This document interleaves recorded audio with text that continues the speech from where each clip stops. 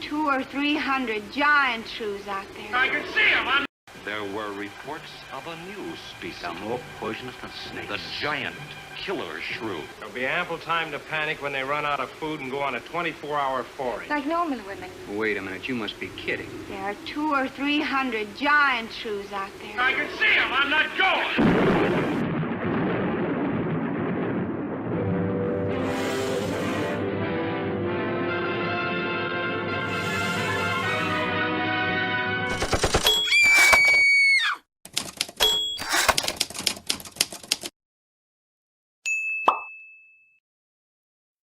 The term gaslighting originates from a 1938 Patrick Hamilton play, Gaslight, later made into films in both Britain and the U.S.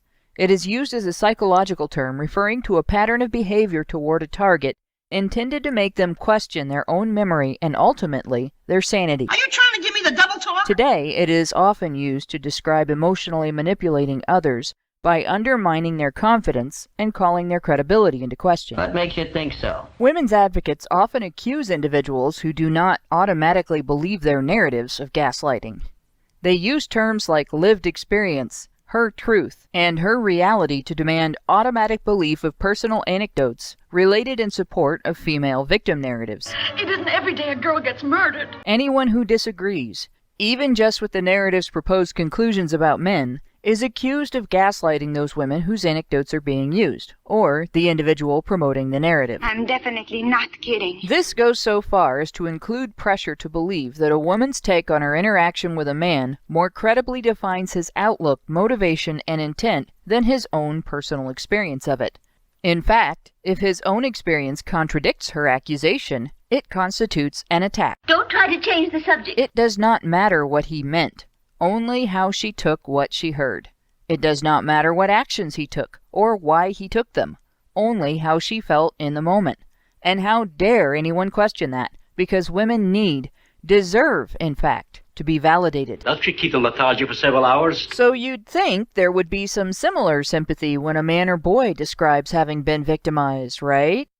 You'd think the standard would go both ways, that his lived experience would be acknowledged, and his responses to it would receive at least some level of accommodation. After all, a victim of abuse needs support in order to recover. A rough situation calls for compassion and mercy. There are times and places to argue the validity of any conclusions one might draw from the individual's personal experiences, but when he is in crisis, or when he is describing his own predicament, or events that have occurred in his life, that is not the time. Right? Don't be absurd. Oh, wait. That kind of consideration is only given to women, and only those of a certain political outlook. When a man is the one with the complaint, there is a totally different response. Young man, before we're through with you, you'll learn to have respect for authority. Is he in a situation that is confusing? Is he dealing with adversity, experiencing pain, anxiety, depression, fear, anger? Is he suffering losses or hardship? Well, it had better not be because of a woman's treatment of him, or of any restrictions or obligations placed on him on behalf of a woman, or women in general. Why, there must be something wrong with a guy who blames women for his suffering. Oh, but you wouldn't do that. Doesn't he know women cannot be guilty of anything? He must be wrong about his experiences. And certainly, if he has any feelings or forms any opinions from those experiences, they'd better be favorable to the women involved. Or at least, women in general.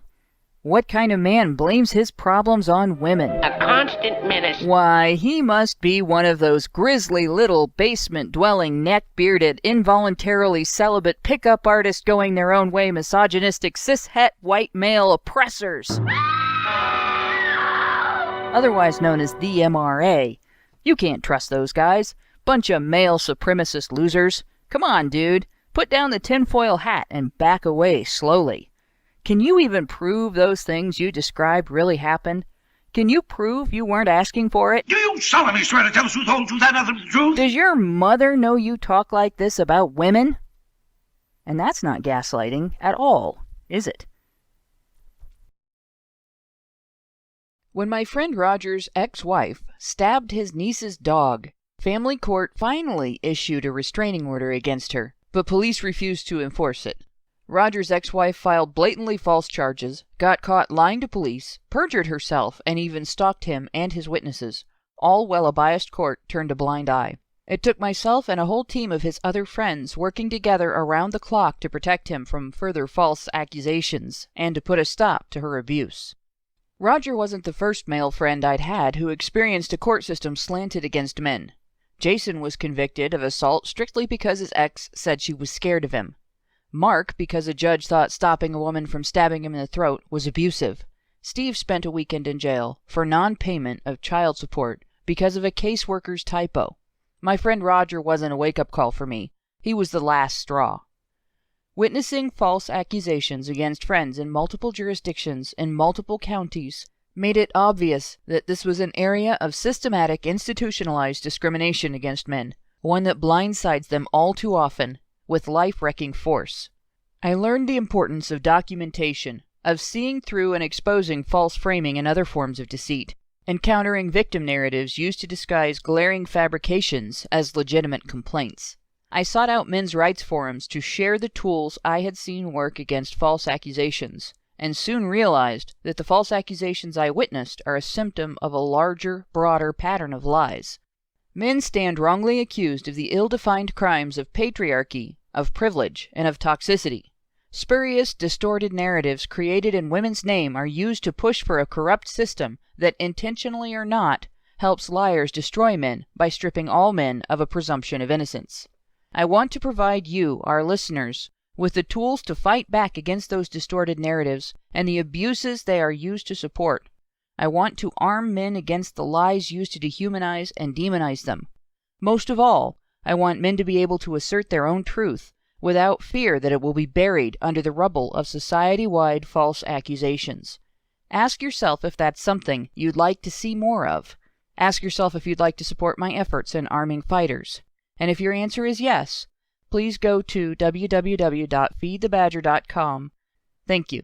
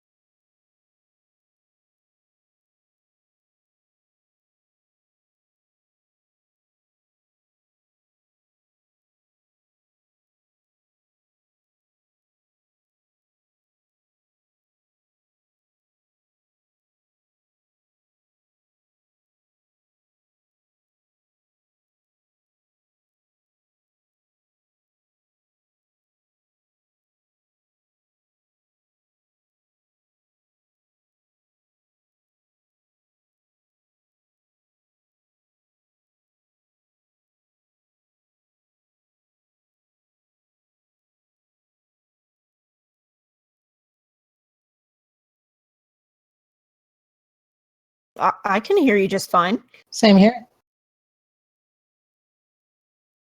Well, that's...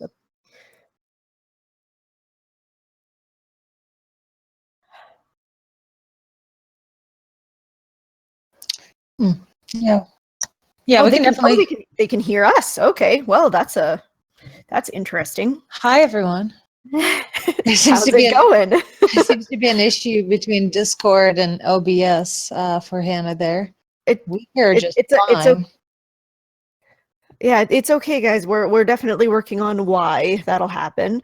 But I guess in the meantime, since we can still hear us, then I suppose that we can continue on with the rest of the article. So this first one here says, charge of instability, code white, the white padded room charge. They give examples here like, you're unstable, you have issues. Yeah, there you go, that sound. They're crazy, they're just looping in the head. Okay. You need therapy, can you hear me? Weirdo. Hopefully they can. I mean, we can, I think. Yeah, yep. I think they should be able to. It looks like it's going to. I don't know why, but OBS, there we go. Now it's working. I have on headset, okay? OBS said the headphones were plugged in, but the mic wasn't. The headset has one cord. Oh, what an asshole! Yeah, that was real weird. So that I had to mess with the settings there, and it's it's not liking me today apparently. I don't Yeah, it understand still says they're still saying you're a little bit low volume, Yeah. so I don't I'm know gonna if that turn can it up be. in. Does this should be louder? Oh, it sounds perfectly clear to me. Yeah, it's real weird, but for some reason when we run Audacity, it takes over the volume, and when we run OBS, it decides for some reason periodically to not recognize one of my devices. Of course. So, all right. Well, I'm gonna make y'all listen to my intro anyway. Or at least the couple of reminders. Just a reminder to everybody: if you're on YouTube and it starts experiencing platform malfunction syndrome and it won't let you listen, if it starts gaslighting you, we're also on Twitch and Facebook because we don't put up with that kind of crap. And if you want to be sure you'll always be able to catch our live streams, even if YouTube decides to throw us in the gulag for wrongthink, and one of our channels is still in there right now. Or if you want to catch our show in its audio format, remember to go to badgerfeed.com and register to receive notifications, because we're the only ones that'll tell you when we're on every single time. And the last thing is, HBR News this week is not canceled. We switched. Brian and I switched because I have a family event on Thursday, so I won't be available on Thursday. So that's why we're doing HBR Talk today. And HBR News will be at its regular time, but on Thursday instead of today. And that's all of that. Temporary change. Brian is not fired, unlike some people were saying in the chat. Just temporary, just temporary insanity. We just have a case of temporary insanity. So, and all of that. So I want to add one more thing. Y'all may have noticed a level of sarcastic anger in my opening monologue. That's because it's hard to address this last set, which I have labeled charges of ignominy, without getting pissed off. Each of these items relies strongly on devaluing and discombobulating the target to make him more vulnerable to manipulation. Opponents of men's advocacy who cannot argue their case using facts, logic, and reason tear down advocates for equal legal treatment, equal recognition and consideration of human rights. It's simultaneously reprehensible and comically foolish, as the behavior makes their hypocrisy totally transparent.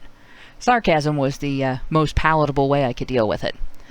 After all, what hypocrite would call it gaslighting when you question the so-called Schrodinger's rapist narrative and then level something like the charge of instability?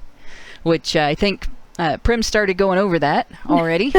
And it started. And it's definitely probably one of the meanest things they do is you start talking about your situation, your experiences, what you have observed regarding court discrimination and things like that, and they turn around and accuse you of being unstable or having issues, needing therapy, being a weirdo. This is what they're doing to incels right now. Incels, involuntary means they don't want to be celibate. They don't hate women. They wish for female companionship and don't have it. And they're being called misogynists. They're being called crazy. They're being called unstable. They're being slandered as potential rapists and potential mass murderers on the basis of two guys who lost their shit, who were already unstable and already had problems, that rather than their problems stemming from them being incel, it might have been the other way around. Oh my gosh. I got a comment on the video that I made about that topic that actually kind of bothered me a little bit, because all they said was, check out the types of people who agree with you and reevaluate your opinions accordingly. So I just responded with, people who have nobody else to speak out on their behalf who are struggling, people who have thanked me for being understanding of their situation when no one else is. Okay, I think I'm good, actually. How about maybe you reevaluate your opinions? Because, the people who are talking on that video are primarily people who are saying thank you for being understanding. I mean, like, of course you get the occasional troll comments, but this doesn't represent all of them. And it just drives me nuts. Like, even if I was, like, I don't know, empathizing with people who are, I don't know, doing bad things, I guess. It's like, okay, but making fun of them and belittling them and gaslighting them is certainly not going to help anymore. So maybe just go away. There's this great TED Talk that feminists should actually watch. And I believe I shared it in my Discord. Let me see real quickly what it's called. But it's about love or forgiving a monster, in a sense. And the bottom line is that there was this man who committed unspeakable rape and not really torture, but just, terrifying sort of events that a woman that escaped it did have, tremendous difficulty just being by herself because of the trauma, and just in general, it was a violent person who abused children and killed them and raped them and just horrible, monstrous things, right? So in the end, this woman who did survive, she had forgiveness for this guy. And how did she do that? How is that possible? Well, one of the things that this journalist who was telling the TED Talk, what she did is she reached out to this guy and said, hey, I want to talk to your family and I treat you with respect. They'll tell you that. And, I just want to hear your side of the story. Please don't be afraid to open this letter, because she knew that he would be getting, a lot of hate mail. And so she reached out as kindly as she could to, fulfill her job as a journalist, a bit of a vulture predatory journalist, but still, she was a person with moral compunction and did treat his family fairly and did reach out in genuine thought of, like, how can I understand this person? How can someone, commit such horrible things? I have to understand this. And so what it ended up turning into is that when his family said that, oh, he's always been making up stories, and the point about him being sexually assaulted, he was sexually assaulted by his own father since he was a very small child. And he said by the time he was 9, his mind was broken. And who knows if someone stepped in to that abuse, if, you could have been helped. And his father would tell him how he was abused sexually and otherwise by his father when he was little. And so the cycle of abuse that continues, because you will often find that the monsters, the people who commit the most unspeakable crimes, had it committed to them. That is where they learned, most of them. And there's definitely some trauma, some learning from abuse that they experienced. And in that sense, that ability, I mean, he said he was broken by the time he was 9, and his greatest fear was dying without having done something good. So you literally have a person who is who does monstrous acts. This woman did, the journalist said, I don't think you're a monster. I think the things you've done are monstrous. And the cycle of abuse is obviously feeding this behavior. But the point is that even monsters want to be good. Even they understand that they may be broken, there may be something wrong with them, and they need someone to hear them and to understand them. And because of that, this woman who was terrorized by this man and survived was able to forgive him. And in that sense, and passing on the story, I can see that is something good that he has done in his life. He has been there as a catalyst for someone to have forgiveness and to show others that you can have not only forgiveness for a monster that brutalized you personally, but that as a journalist or as a person investigating, as a bystander, you can have empathy for a person and something they went through that you may not even realize they ever went through. All you see are their violent activities and their actions. So even monsters you have to empathize with.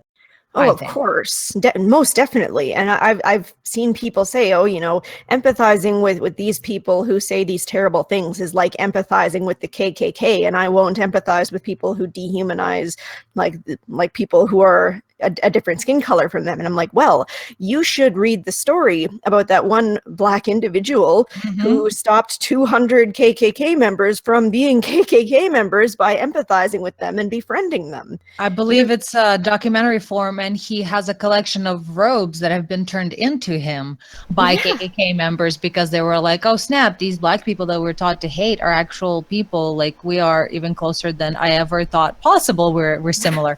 And guess what? We're all human, and guess what? Humans are capable of some really evil, fucked up shit when their brain breaks and when their cognition breaks. So to understand how that happened would go a long way to helping solve it, not pushing these people away and acting like they're irredeemable and that they're unknowable and some great black void. Because guess what? That's called a self-fulfilling prophecy. Oftentimes, especially white prisons, I just have such a hard time abiding prisons that when people are told they're bad and it being reinforced, they have zero incentive to act good because they already have self-doubt. They already have beliefs that they're horrible. They need someone to fucking help them see a better way of behaving and then reward them for that as like, look how good of a person you're being. That's what they fucking literally actually need to get better, not someone constantly reinforcing that they're bad, which they already believe themselves. And then on top of that, they're like, okay, well, if they think I'm a monster, why should I even try? What is the point? That's actually a big part of rehabilitation, and at the other end of it, they've discovered that solitary confinement actually makes people worse, and yet they're still doing it. It breaks their brain. It actually damages their psyche. We are a social animal. We may not be a herd animal, but we are definitely a social animal, and it's one of the cruelest things people do to other people is cut them off completely. Even those of us who are not necessarily inclined to be social on the level that most people are, even those of us that are more inclined to sort of isolate ourselves. One or two good people and hang out with them all the time. Yeah, that's what I do that all the time. I sure. like small groups of people. I've never been a person that has enjoyed, for instance, going to concerts or things like that. And but if people treated me, and there were times when this did happen to me, like I was unstable or like I had issues or like I've been treated like a disease before, you know, it makes it easier for me to recognize the damage I think that this does when it's done. It's definitely done on a crueler and more complete level to some men. And I know it doesn't happen to all men, but there's a degree to which when something like a meltdown happens, when there's a suicide because of this, when somebody acts out against others because of this, it really does trace back to being socially cut off like that.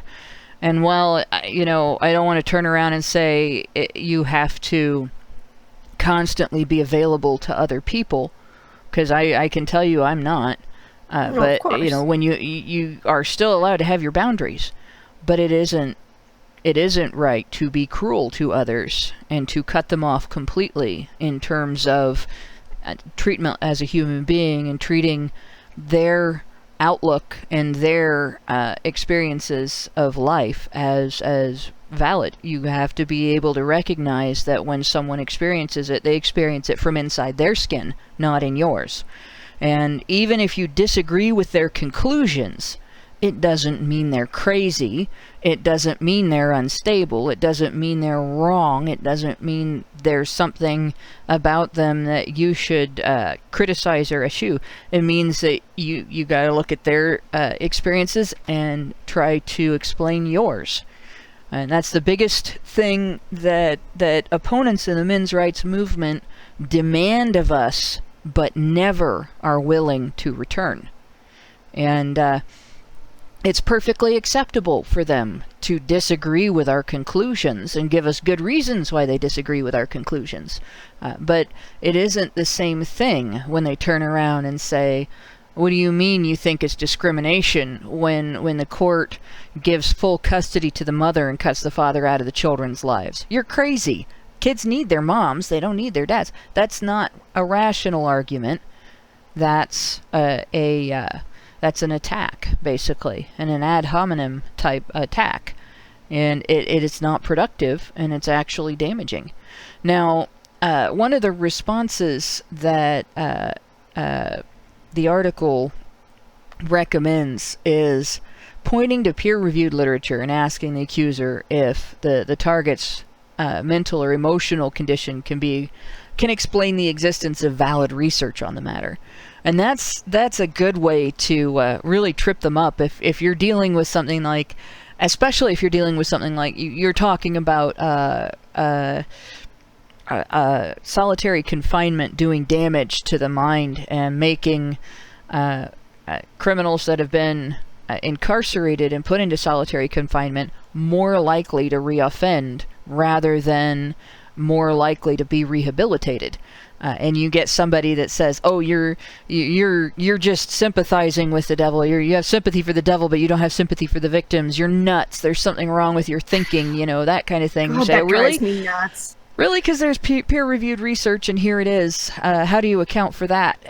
Is my insanity spreading throughout the psychological community, or maybe is there something to what I'm saying?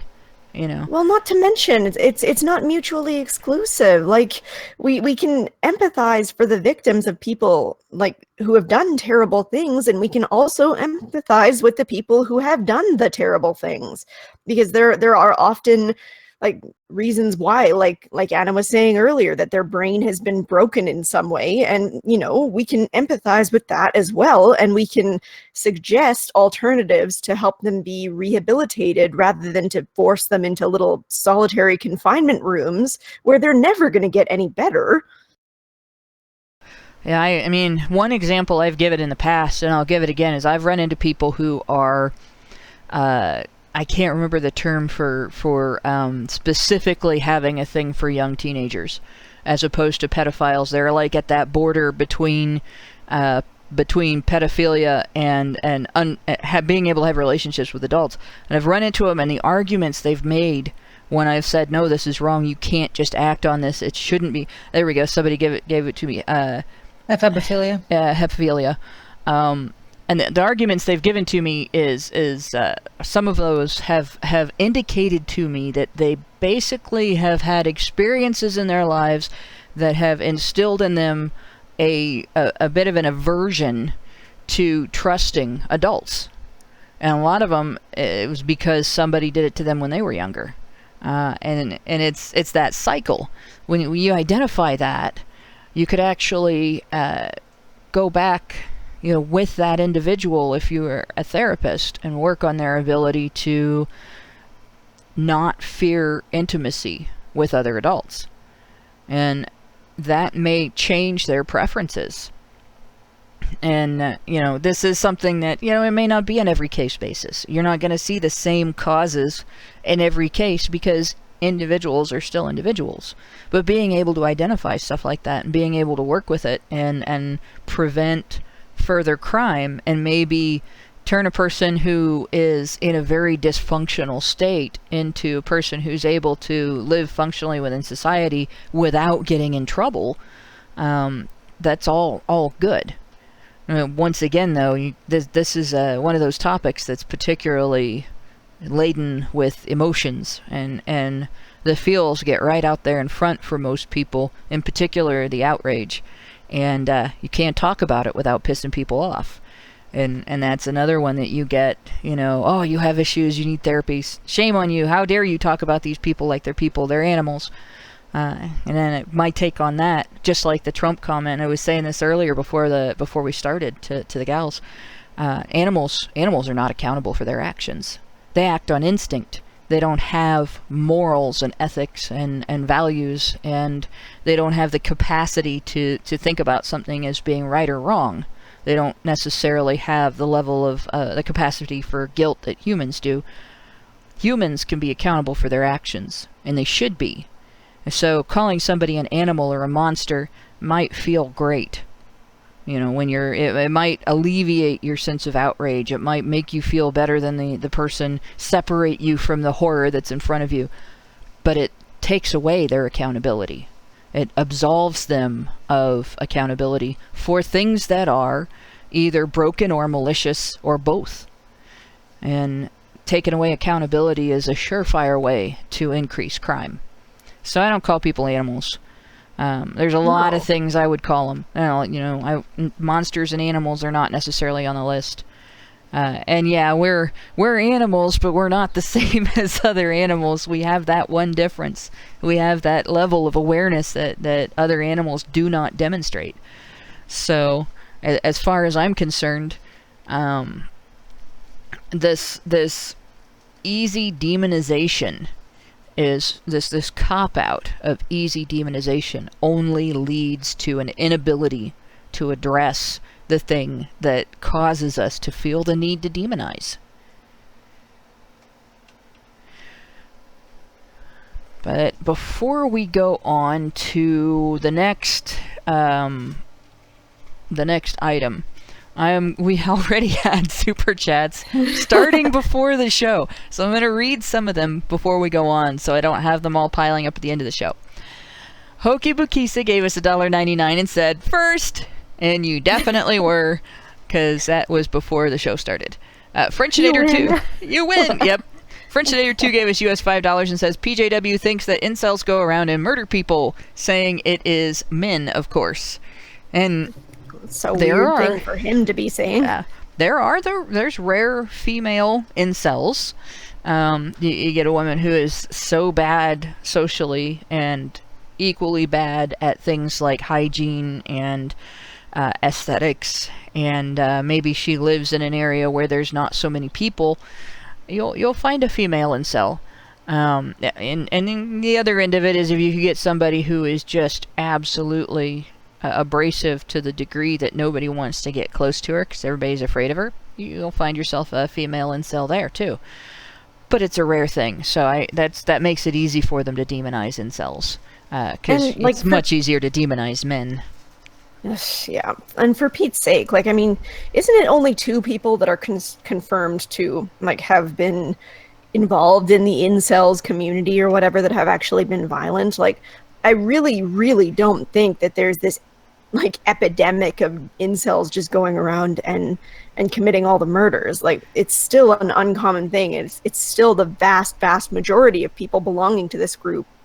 They're not going to be violent people, so... Well, and actually, the one incel, the guy that is supposedly the incel shooter, the only things he ever said, the only things he ever said that were related to that were the Facebook posts that happened during the shooting, that were released, that supposedly happened during the shooting. They were taken down before the news media could validate or verify them or anything, so... We don't even know if he actually was an incel. It's just that's the story that's being given to everybody by the media, and it's a way of linking him to the men's rights movement. So this could have been a guy who was off. He could have been he could have gone through a whole bunch of things in succession that just each thing tipped the scale a little bit more. He could have seen, information that led him to believe that this was his only way out. He could have been suicidal. There could have been a whole lot of things about it. But, we're not going to get the truth because it's a lot easier to say, incel, MRA, dangerous men, blah. Yeah, it's pretty rough. Like, honestly, you're never going to convince me that the best response in this kind of thing is to point and shout and demonize all incels even further, rather than just empathize with them. Like, I don't care if people say, "Oh, these people have said terrible things, I don't like them." I don't care if they've said terrible things. 2 wrongs don't make a right. We learned this in kindergarten, for crying out loud. Well, and we have the situation of what happens when you isolate people? Well, what makes you think it's going to not happen in this case if you're already seeing things wrong in the person's responses to their surroundings? How is isolating him going to make things better? If this is another thing that really bothers me about our society. If you walk into the emergency room with a gaping hole in your side, holding your guts in, and say, "Hey, I'm wounded. I need help. Somebody, help me." And even if you're grouchy about it, even if you're cussing, even if you're screaming and yelling, and they recognize that this is all because you have a gaping wound in your side, and you actually need somebody to patch you up and provide care so you can recover. But if you walk into society with a gaping hole in your psyche, and you make too much noise about it, instead of doing anything to even triage to try to help, you get attacked. And it's as long as that continues, we're going to see people with gaping holes or even just scars or wounds or whatever. People with injuries to their psyche, and they're going to end up committing suicide. They're going to end up committing criminal acts. They're going to end up committing violent acts. They're going to end up living their lives in such a way that they slowly self-destruct, depending on what type of psychological damage they've experienced or what they're going through. Everything from hoarding cats to driving a truck down the sidewalk into a bunch of people is a symptom of a psychological issue. And, if somebody is reaching out for that kind of mental wound that you were talking about, and somebody responds to them with, you're unstable or you have issues, it's like, okay, yes, that's kind of implied. Now, what are you going to do to help me with it? Or are you just going to sit there and act like that's a bad thing to be experiencing that? Yeah, exactly. So, well, we have the first answer is, if somebody is making the white padded room charge at you because you have talked about a men's issue, and you're not crazy, you're talking about something that is real, and you're approaching it in a rational way, and you're discussing things that are demonstrated by research and by things that you've been able to observe. By all means, evidence-based discussion, absolutely. But for Pete's sake, when that charge gets leveled at someone for talking about their own emotional responses to adverse situations, adverse conditions, experiences that they've gone through that are horrible, the answer is everybody is a little unstable. Everybody has emotional wounds. We all have our scars, right? That doesn't invalidate the response to being wounded. What do you do when somebody comes into the emergency room with a gaping wound? Point your finger and say, you have a hole in your gut. No, you help them. And it's ridiculous to think that responding to somebody with psychological wounds by pointing their finger and yelling, you have psychological wounds, fixes the problem. Or silences the problem. Because it doesn't do either. Going on, we have Mr. Roboto gave us US $2 and said, it's not gaslighting, it's just gas. And I'll agree with that. I'll agree with that completely. Feminists are full of hot air. Our opponents in general are full of hot air. Joey Jojo gave us US $2 and says, thanks, Badgers and Prim Heart. I won't be a tool for feminists. And that is awesome. Nobody needs to be a tool for feminists.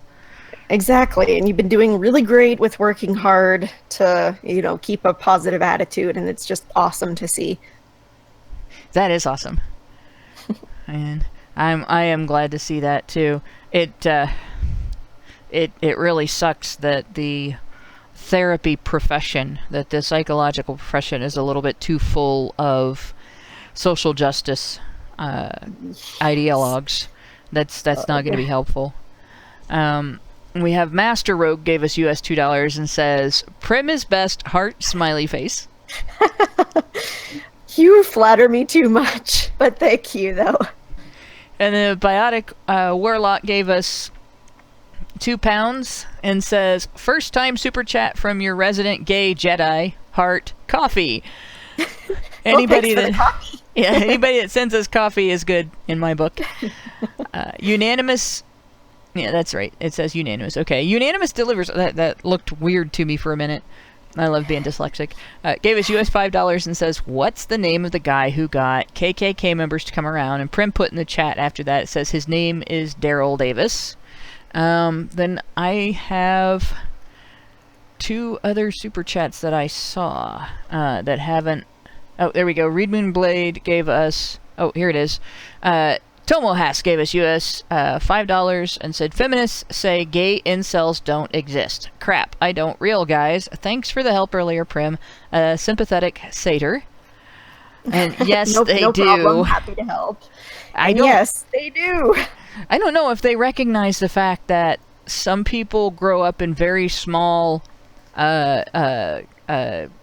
communities dominated by religious outlooks that are not friendly towards homosexuality, and maybe are not able to even communicate their sexuality to other people for fear of being attacked for it.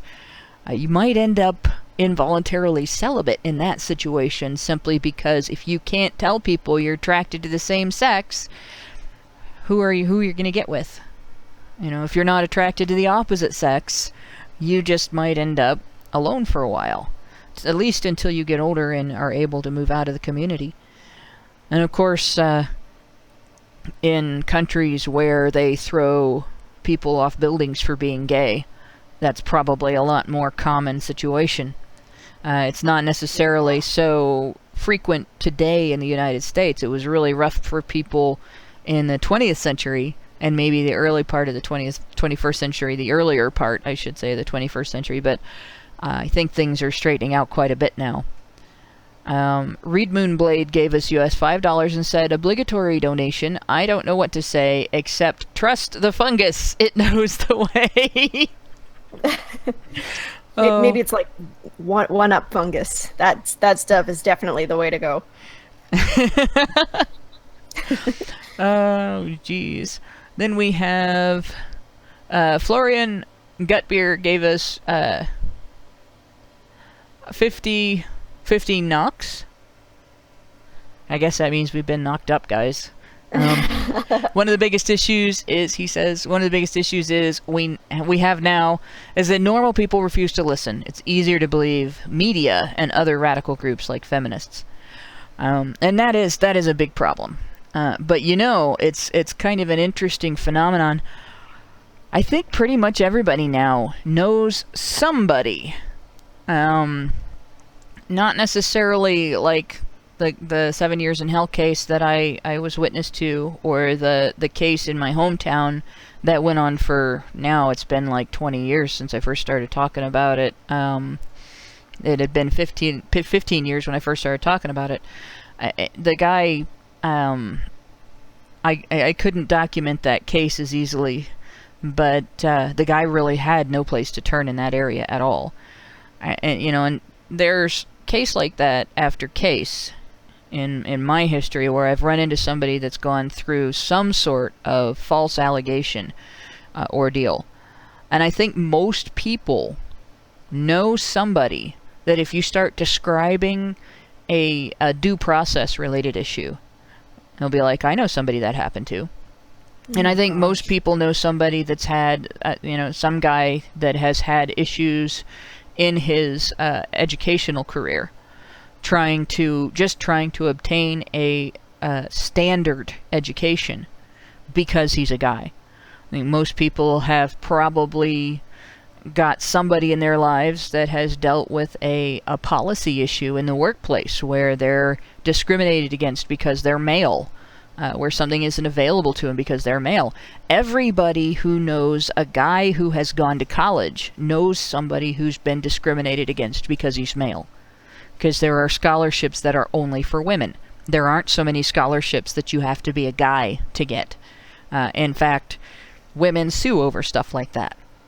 So with all of that happening, it's going to become more and more common for people to be able to look at discussion of the issues and say, that's familiar.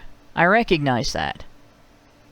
That's actually, that makes sense. That happened to my uncle, that happened to my cousin, that happened to my brother, that happened to me. So, yeah, it's a problem right now, but the more that we continue, I think the less they're going to be able to snow people using the establishment media and trying to spread lies that way. Let's see, we have Witch Cult Which Cult gave us $5 Canadian and said, meaning and value are a lie. We exist because we can, and all things regress purely to function and mechanism. Repair or annihilate all that oppose. Okay. I don't even know what to say to that one other than there's a degree to which I can agree with that, but mostly I think I disagree with it. The degree to which I agree with it is all things regress purely to function and mechanism.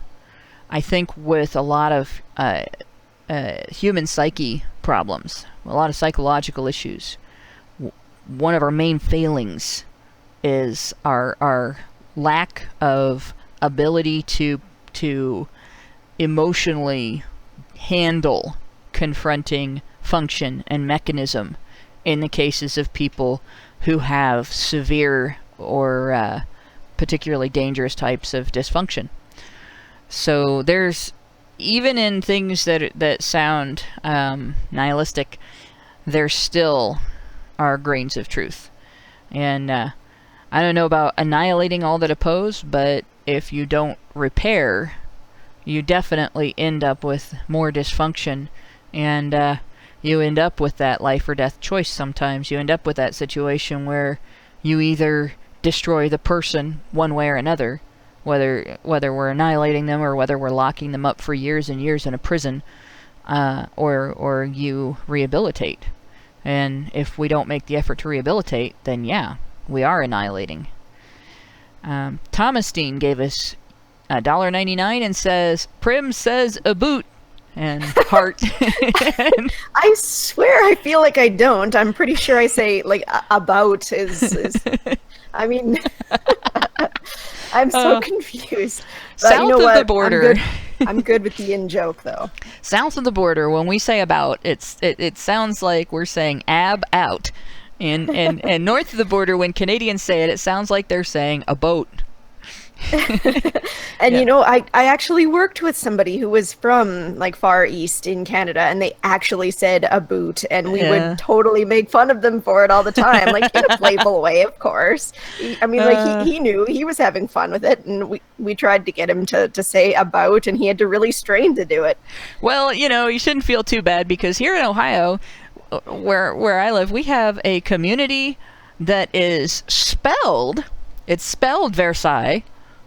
We call it Versailles. Sorry for the earworm there for all the French listeners, but yes, we call it Versailles. And you know, if you live in the northern part of the state where I grew up, you live in Ohio. I'm from Ohio, but in the last, you know, I've been in Dayton for since 2006, quite some time. So now I live in Ohio, and it's Jeff Foxworthy is the one that noted it, and in his comedy routine, and he is absolutely right. There's a line between northern Ohio and southern Ohio, and if you're not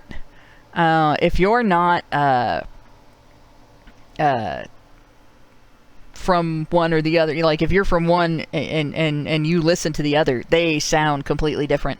Especially like if you're from northwestern Ohio and you listen to somebody from Cincy, you hear Ohio. So yeah, we all have accents, and everybody doesn't have an accent. It's just everybody else that has it.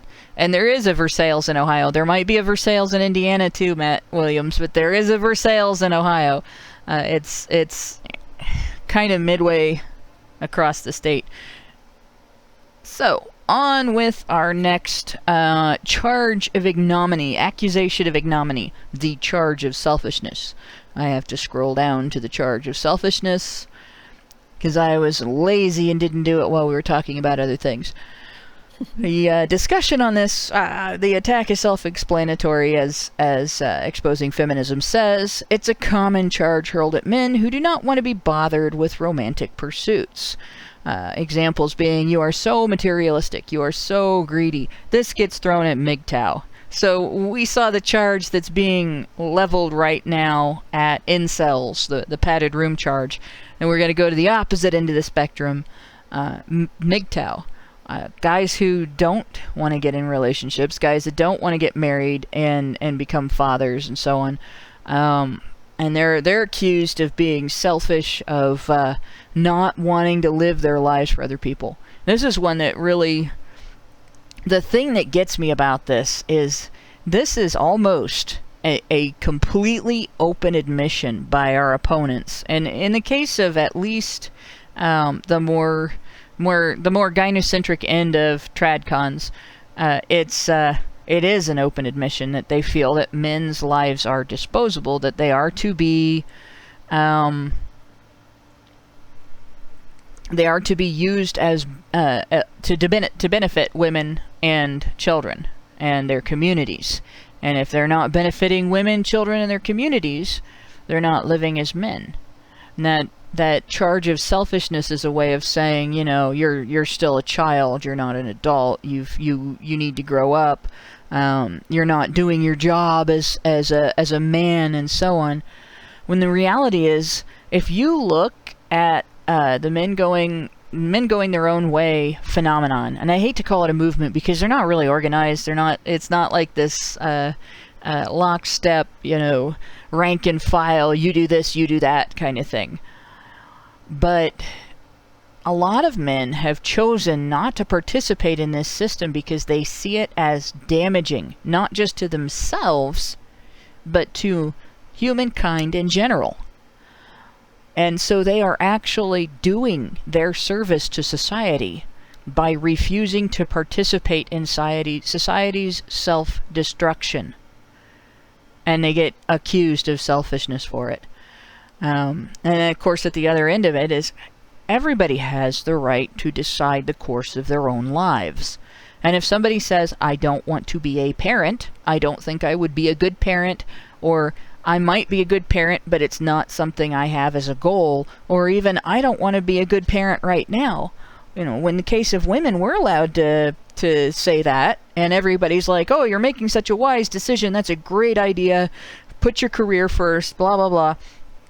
As soon as you get a man involved, he's not allowed to say the same thing.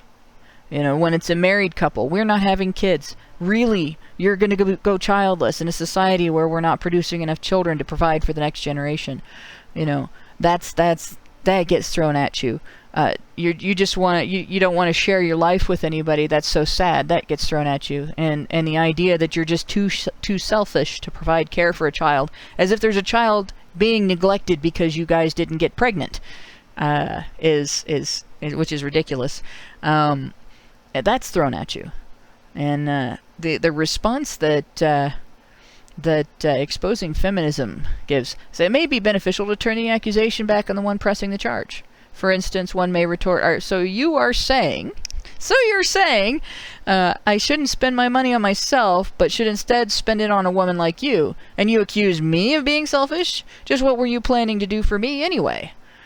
And that's a good point. A lot of times it's this accusation is almost always projection, and when it's not projection of somebody's actual selfishness, they're substituting an accusation of selfishness for projecting their controlling attitude.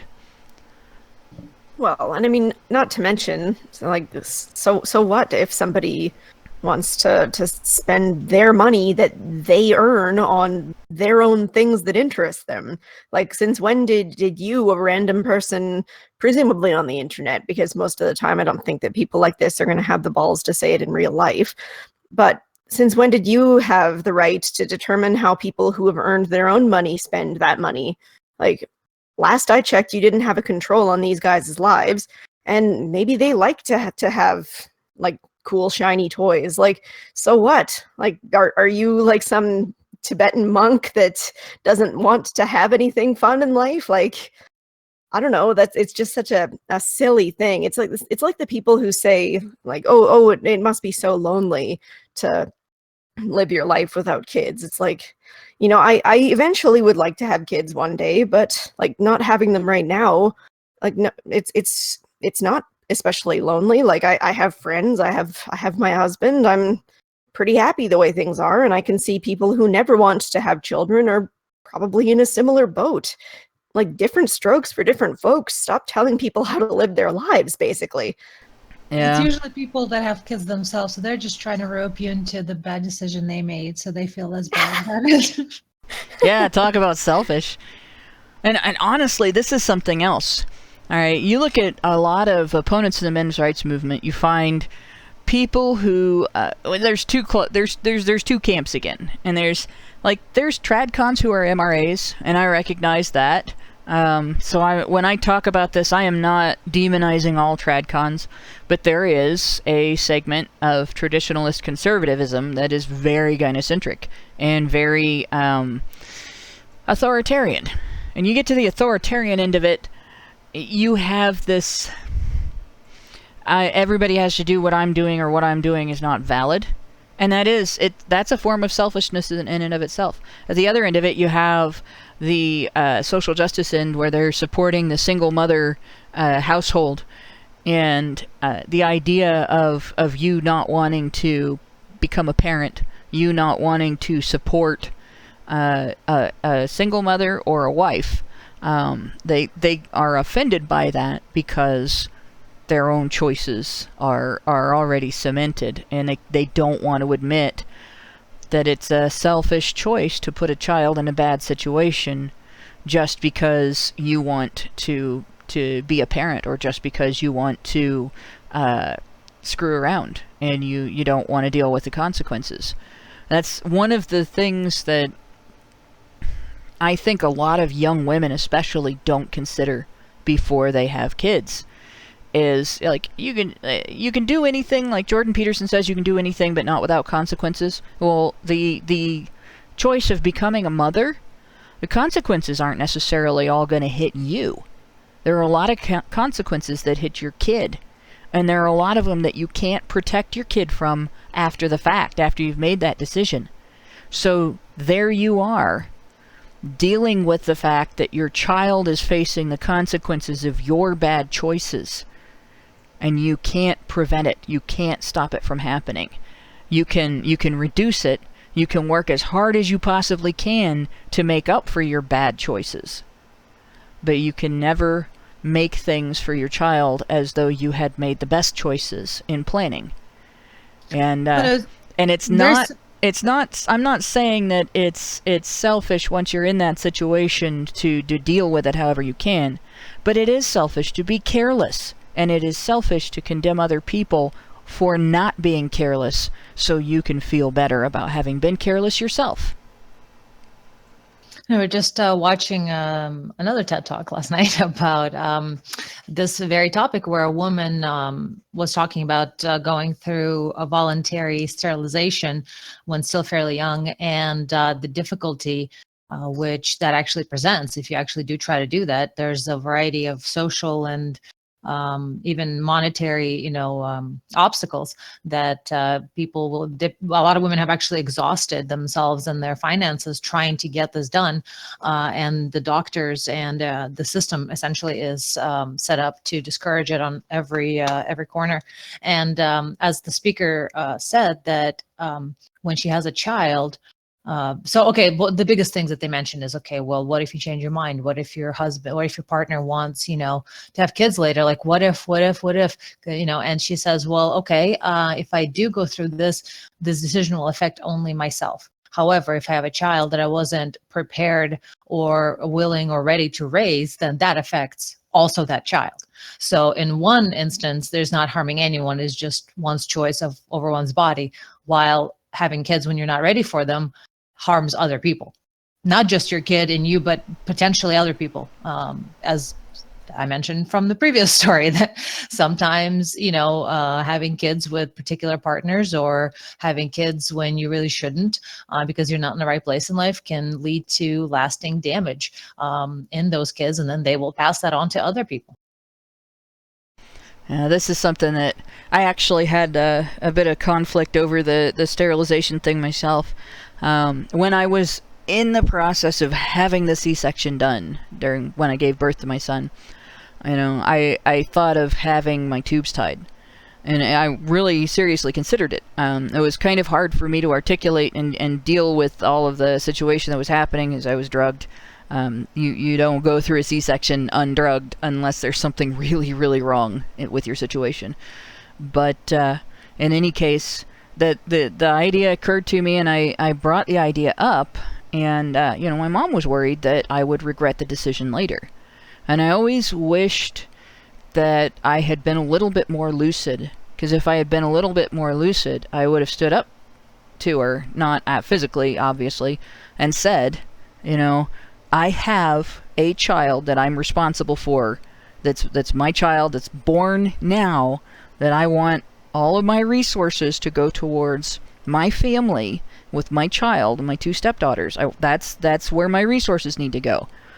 And I can determine whether or not I have improved my ability as an adult to gather resources. My husband and I have improved our ability as adults to gather resources enough to have another child, based on whether or not we can afford to have the tubes tied reversed, tubes being tied reversed, or to have artificial insemination if it's irreversible, done to have another child. And if we can't afford the medical care for that, then we haven't increased our resources enough, and we should not have another child anyway. That would have been, in my view, that's the perfect logic for that situation. But of course, you're dealing with an emergency situation, and you're exhausted, and you're drugged. You're not going to have the perfect logic going through your head at that moment. So, and it was an emergency C-section, so that was on the forefront of my mind too. So I ended up not having it done. But I always thought, I would do that under that situation if I could go back and change that one thing. And it would have saved a lot of worry, and it would have saved a lot of money spent on measures to prevent another pregnancy, in order to reserve the resources we're able to obtain through our work and everything for the children we already have. People don't think about things like that. They should. But a lot of people really don't think about things like that. And that is part of the reason that we kind of have... It's not necessarily... I wouldn't call it an epidemic, but we definitely have a problem of a large number of state-dependent families that are single-parent families that are never going to get out of that situation. And, in fact, the next generation is going to end up there, too. So, my secondary answer to the selfishness charge, it's you can turn it around on the other person. There's a lot of ways in which you can do that.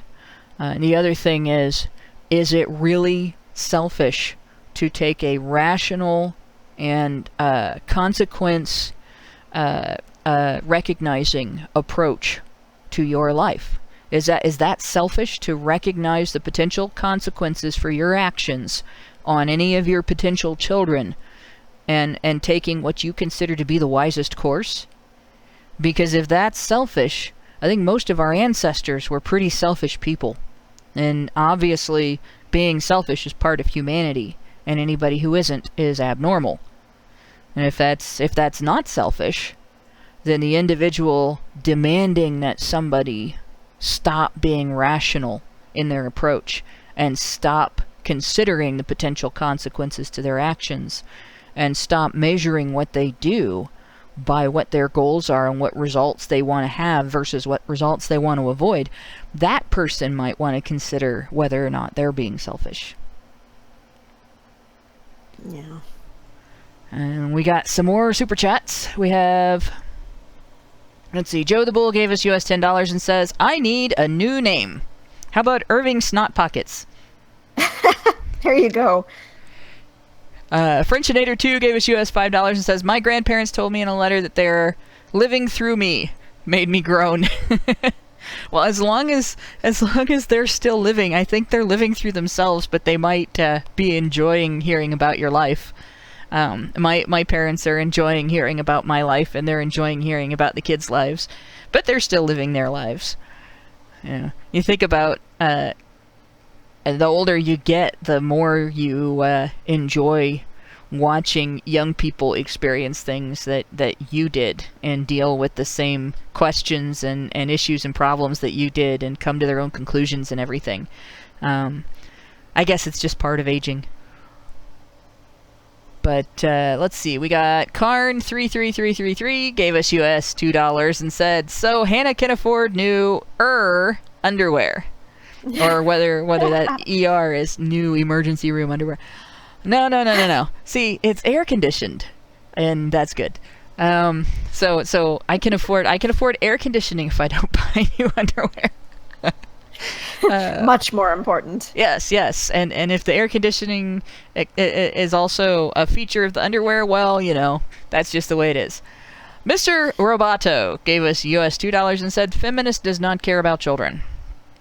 That is abundantly clear. I think that a lot of people these days actually care less about children. I have many friends who do or do not identify as feminists, and they all variously don't want children for one reason or another, and you know what, that's okay. If that's the way they want to live, then I fully support it. It's tough to raise a child, and a lot of people are just having a tough time as it is supporting themselves, so I definitely get it. Well, and honestly, it's an intimidating job. It's the reason I grew up, honestly, was that I got pregnant. And it's very the gravity of the situation. If it doesn't strike you when you realize that you're going to be responsible for another person, for their whole childhood, for their life experiences, for their welfare, for their safety, for their psychological development, everything. If that doesn't strike you as a situation in which to be mindful, there's something wrong with you. And that's an indication that you're not ready to have kids, among other things. And I think with a lot of feminists, they don't want it to be that way. They don't want that level of responsibility, but they want the status and the respect that parents get for what we do. They want the victim status too. Oh, poor me, I became an unwed mother and my life is hard because of that. Your life is hard. Imagine growing up in a situation where your parents are not invested in your welfare. That's hard. But feminists care about what they can exploit. So they don't care about the welfare of children. They care about the status that pretending to care about children will give them. That's not selfish, is it? So we have the next one. The next gaslighting is the charge of unattractiveness. And this one is really evil because attractiveness is totally subjective. If you look at the range of how people talk about even just the body types they're attracted to, it's very subjective. And the idea that you're not gonna be taken seriously because you're probably unattractive. Oh yeah, to who? By whose standards? This is the discussion on it. The target is accused of having no romantic potential as far as women are concerned. Examples: I bet you are fat and ugly. You can't get laid. Creep, loser. Have you ever thought about the problem being you? I saw that one the other day in a circumstance where somebody had been bullied and they were talking about their experiences of being bullied, and because it was a guy and because the people bullying him were female, that was the answer that somebody had. Have you ever thought about the problem being you? And it wasn't, they won't give me this, they won't give me that. It was actions being taken against him.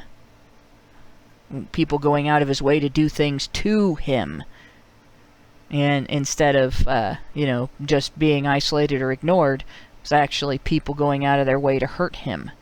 But he got accused of being the problem because he's a guy. And the response that exposing feminism offers is, this is another example of circumstantial ad hominem. The target's romantic potential ultimately does not reflect on the merit of his arguments. And that's one that I get this all the time. I have the one video out of all of my videos. When it first came out, it had like 360,000 views. It is the reason that Reddit's R videos subreddit banned political videos. They did it because of me. They did it because I said that the enthusiastic consent standard, if it is going to be used, should go both ways. And women are no longer entitled to be demure and coy and shy and expect guys to do all the work. That if consent is going to be the standard and enthusiastic consent is going to be required, then women are not entitled to sex with a man unless they obtain his enthusiastic consent as well. And, guys shouldn't put up with some lazy shit that just lays there and makes them do all the work, or runs away and makes them chase after her, when they're in a situation where chasing a woman can get them accused of a crime. And that apparently offended a lot of people. 2 responses came out of that. One of them was that political videos were banned from our video immediately afterwards. The other one was, I must have got 50 comments on my teeth on that video. And my teeth are ugly. My teeth are victims of Sjogren syndrome. And what happens with Sjogren syndrome is your spit becomes acidic. Not enough that, I could do the alien thing and melt through steel with them or anything like that. But it's done a lot of damage to my teeth. I can't keep fillings in my teeth and so on. So they're ugly. I got ugly teeth. I don't care. There's not anything I'm going to be able to do about that until I'm ready to get false teeth. And I'm not ready to get false teeth now. So the answer to my arguments was, you have ugly teeth. Yeah, you're right. I have ugly teeth. My teeth look like crap.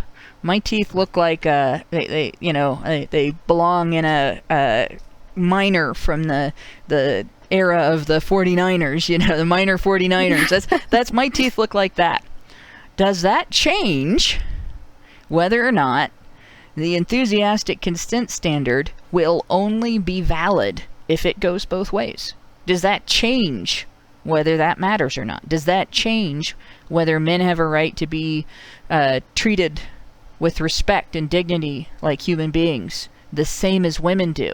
And does that change whether women should be as responsible for their end of a sex encounter as men are for theirs?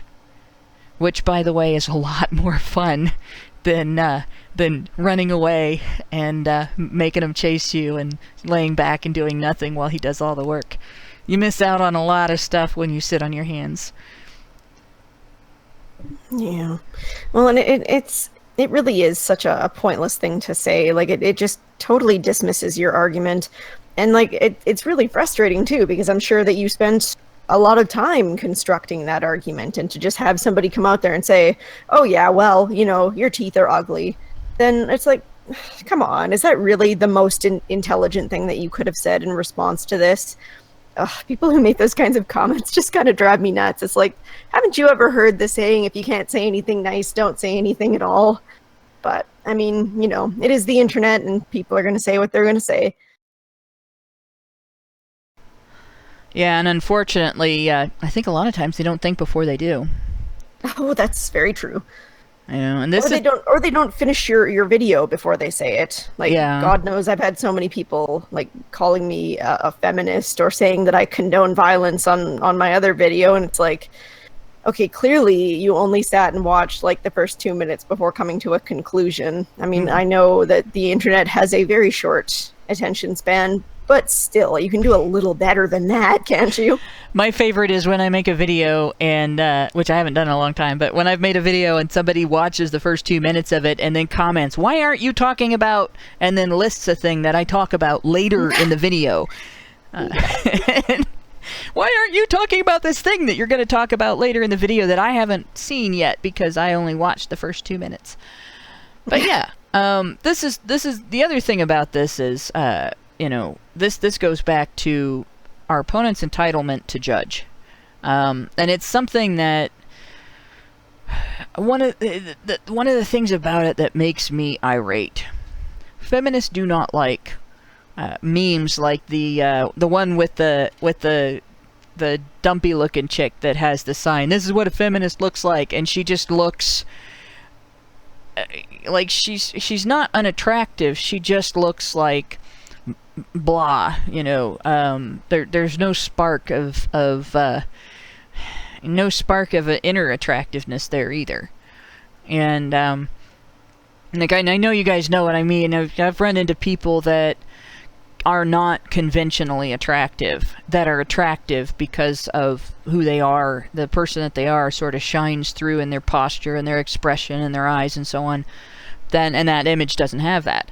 And somebody made a meme underneath that says, "That's just exactly what I expected." Feminists just went apeshit over that meme. "Oh, that was the biggest insult in the world. How dare they criticize her looks?" And it was obviously fat shaming because the woman in the picture was fat.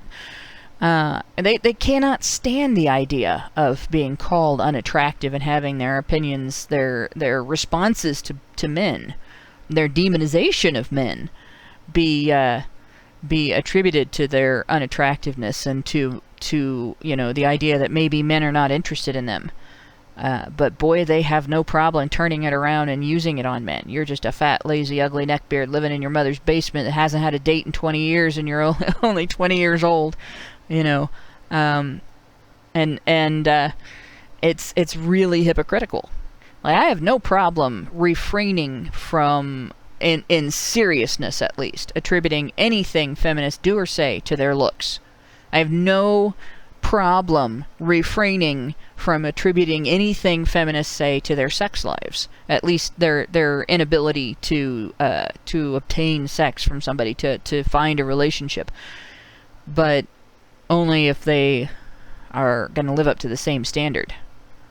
Yeah, and I mean, in the same way, like, I try not to criticize based on those external factors.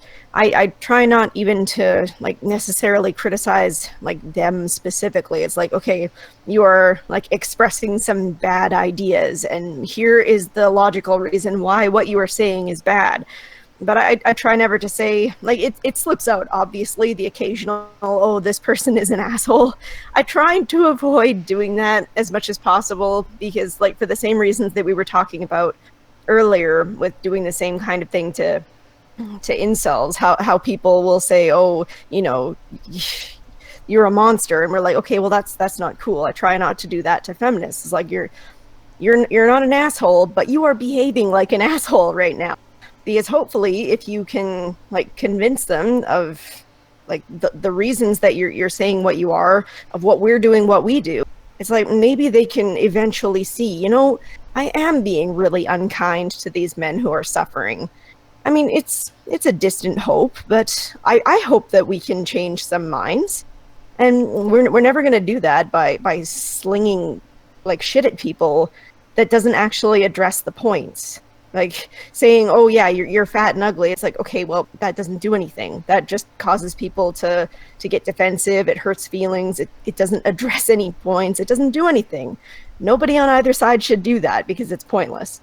And of course, conversely, obviously, then they are never allowed to disagree with certain people in the movement. Like, if whether you are fat and ugly, it determines the validity of your statement. If your appearance, your attractiveness, and so on determines the validity of your statement, then nobody's allowed to argue with well, either of the ladies that are on here with me tonight, because obviously they're both very attractive. They must always be right. they can't make mistakes because they're cute. And the same thing, like, nobody's allowed to argue with Mercedes Carrera. Nobody who likes chesty women is allowed to argue with anybody that's above a C cup. Because obviously they're attractive, right? Nobody who's a leg man is allowed to argue with me because I got long legs. So obviously we're always right, depending on who we're talking to. If you're a tooth guy, I'm always wrong. But if you're a leg guy, I'm always right. And nobody's allowed to argue with attractive people because your looks determine the validity of what you say. I'll just start calling Anna and Prim in on all my arguments. No, you have to listen to them. They're hot. Yeah, and plus, like, it doesn't even feel good to have you say that, right? Like, I don't, but like, it's just because I don't want to have that kind of standard be put on either of us. Like, I think that Anna makes really fantastic points. Like, she's obviously incredibly intelligent and also happens to be a lovely woman. Like, I value the points that she makes from her perspective. It's not just because she's attractive, right? And like, I don't care. Yeah, it would be very upsetting, wouldn't it? But it like, a couple of other people in the comments were saying that they disagree, that it's fine to call a spade, and far be it from me to try and tell anybody like what they ought to say, how they ought to argue, but I just know from my own personal experience that slinging insults and calling people names is very rarely going to get them to change their opinions of things. It's going to cause them to get defensive, and it's going to cause them to stop listening to you. But I mean, like, gosh, like, if you're not interested in changing anybody's mind and you just want to vent your anger, then by all means, go hard. That's a good way to do it. Well, exactly. There's a fine line between calling a spade and being insulting. Yeah, okay, radical honesty, I fully believe in that, but that doesn't excuse you from being an asshole to people. There's a big difference between those two, because are you applying what you're saying to the argument? Is what their appearance is in any way relevant to the argument? If it isn't, then why are you bringing it up? Yeah, pretty much. Yeah, that's an excellent point. It's perfectly all right to, like, if somebody's being mean, you can tell them that that not only does that not address the argument, it's mean, and it's ridiculous to say something like that. It's okay to say it's ridiculous to say something like that, but explain why. Don't just say, well, that's ridiculous. Why is it ridiculous? Is it ridiculous because the evidence shows otherwise? Is it ridiculous because they're treating somebody's experiences as invalid, or their emotional response to their circumstances as an invalidating factor in terms of the conclusions that they've drawn, and things like that? Is it ridiculous because it doesn't apply to the discussion at hand? Yeah, it's okay to call it ridiculous, but explain why. It's okay to say it's an asshole move to tell somebody that everything they say is invalid because they're ugly, or everything they say is valid because they're beautiful, instead of listening to what the person says and dealing with their mental processes and so on. But it's not okay to substitute that for, hey, these things are valid because, and hey, that doesn't actually address the argument. It doesn't invalidate anything. It just it's okay to say, hey, it just makes you look like an asshole. It doesn't do anything else besides make you look like an asshole. Yeah, it's okay to call somebody that. It's okay to call people on their behavior. Just, be as articulate about it as you can.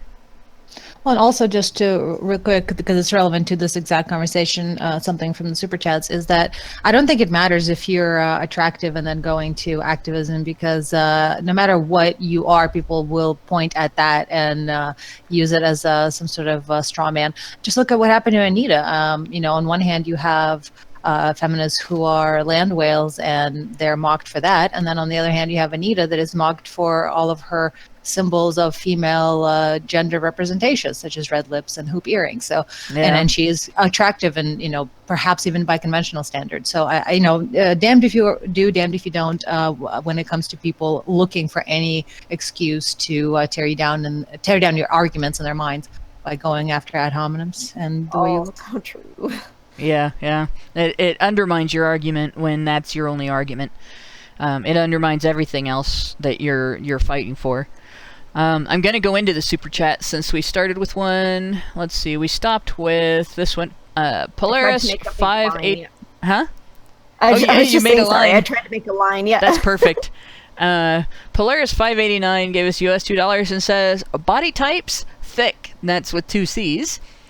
Joe the Bull gave us US $5 and says, I always think the problem is me. I blame my 36 years of being single on not knowing how dating works. I spend time researching it. That sounds like a topic we ought to do on basically just like what have all of us learned and developed in terms of, because I think every one of us in the group has some degree of being socially awkward in various ways. And you know, hey, like I say, I was an incel for a brief period of time in my teenage years. I desperately wanted to have sex, but I wasn't. So you know, oh my gosh, that qualifies. Was so far away from my mind, and I had people making fun of me for being too masculine when I was a teenager. I strong ugly duckling syndrome in my teenage years. Oh my goodness. I grew up in a neighborhood where it was almost all boys, and they were almost all very brotherly toward me, which was great when we were growing up because I got included in everything. I had a great time, you know, playing the boys' games with the boys and everything, other than the really rough and tumble stuff that I was too skinny to take. But and you know, once you get past early childhood and boys start growing faster, that it gets exacerbated. But in high school, having, you know, 15 guys who think of themselves as your brother can be a detriment to your dating life. So yeah.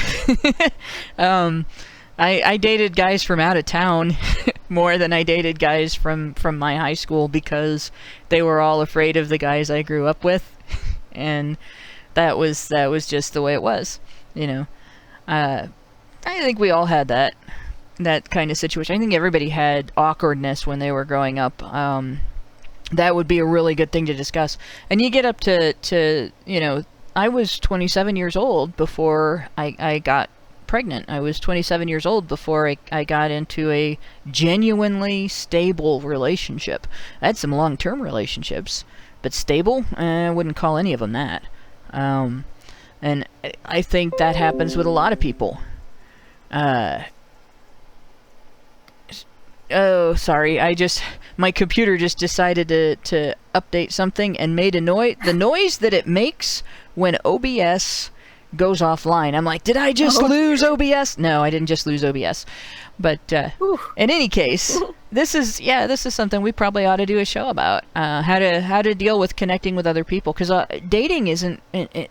Over the years, one of the things I learned is dating is really forming friendships, but adding romance as an aspect.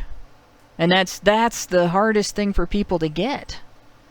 It is that that's all it is. It's not anything mysterious and different. It's just making friends. But in addition to making friends, instead of being platonic, you're making a romantic friendship. And one that becomes a sexual friendship and maybe a life partnership in the long run. So and not to mention also there is some degree of randomness to it. It's kind of like applying for jobs. You get some people saying, oh, you know, I talk any resume that doesn't cover letter, and then you get other people saying, I don't like reading cover letters. It's too much extra work. I don't bother to read resumes with cover letters. So sometimes, you know, there's that degree of, you never know, like it can be a little bit random like that. You just got to keep kind of putting yourself out there and trying despite rejections. It's kind of learning to deal with those rejections, I find, that can be really helpful in helping get yourself out there. Oh, it's absolutely the first step in any PUA manual is you go out and you attemptedly fail. You attempt to fail with, you know, pretty much every interaction over and over and over. And the first night, in order to get over that fear of rejection, you actively go after it. Yeah, that seems like it would be a good way to get over your fear of it, for sure. And oddly enough, that can occasionally lead to a pleasant surprise. where you expect to fail and you don't. But in any case, and that helps you get over your fear of failing too. But in any case, I would say, yeah, your best bet is to.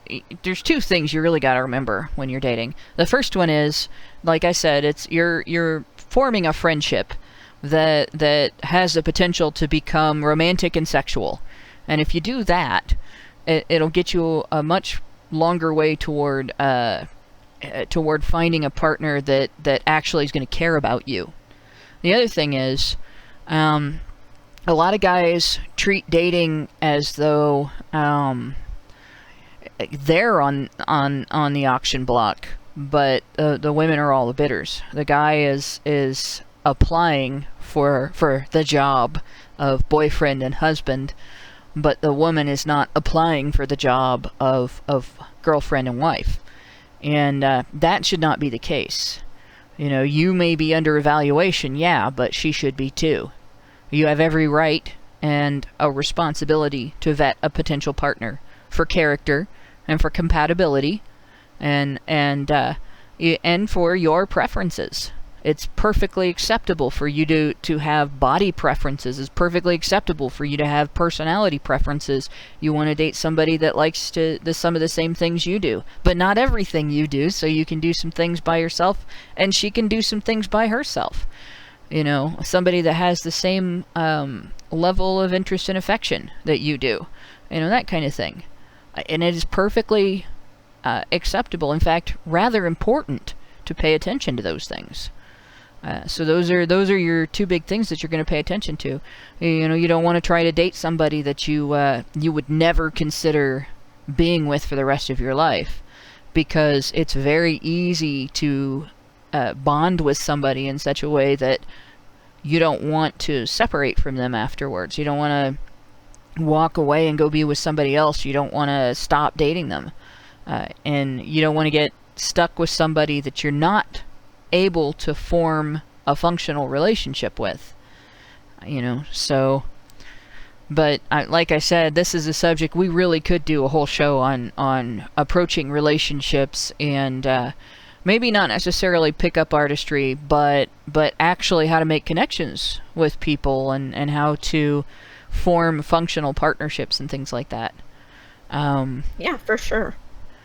But to go on, we have Frenchinator 2 gave us US $2 and says, quote, "Easy for a man to say that," end quote, said to Hannah. Yeah, all the time. I get called a man so many times. And it used to happen a lot on Twitter. Yeah, and the really funny thing is, you know, people will put my picture up. This is a woman. She's a woman. They'll put videos up. This is her. She's a woman. And I'll have people say, "Well, you look like a man." Like I'm supposed to be insulted by that or something. That's supposed to bother me. It's actually supposed to be upsetting to be told that I look like the sex that I am the most attracted to. that's People actually will seriously pick anything that they can to get at a person. But yeah, like of all things, it's really not that bad. No, I know people used to have a portmanteau of my name with man replaced for the one syllable, and it's like, okay, so that's not really much of an insult. Yeah, well, and I get called a trans woman too. Like I'm supposed to be. These are people that their toughness in their situation, which is a rough situation to be in, is something that I greatly admire. And you're comparing me to them, and I'm supposed to be insulted. Are you gonna compare me to mountain climbers next? You look like a mountain climber. How dare you?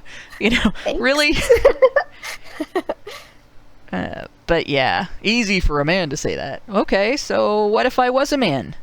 Would that would that invalidate what I said? If I was a man? That's my question. That's usually what I turn around on him. So what if I was a guy? You know, well, if I was a guy, it forces them to admit if they think that men are less worthy of being listened to. Yeah. Or they have to say, you know, no, it doesn't change your opinion, and then it's like, well, there you go. Exactly. Then we have Joe the Bull gave us US $2 and says spent asterisk, and I'm not sure if there was a. I've spent time. Yeah. Okay. Yep. Then Mr. Roboto gave us US $2 and said the answer is 50 Shades of Grey. To which I respond, no! Somebody read me a passage of that, and then I listened to Gilbert Gottfried reading a passage of that, and if somebody actually... You could use making me read that book as a punishment. Oh, it's so brutal. It's so badly written, every single part of it that I've seen. Yeah, there was the part that my friend read me. I was like, was this authored by Mojo Jojo from the old Powerpuff Girls? Powerpuff Girls cartoon? Because, like, the same thing... This is the way I write my rough drafts. I will say the same thing 4 or 5 times in a row, and I'll word it in different ways. And then when I go back and read it, I'm like, this entire paragraph is one sentence just repeated over and over again in different ways. And I'll pick the way I like it, the best wording I like, and then I'll reduce it down to that. Then we have, let's see.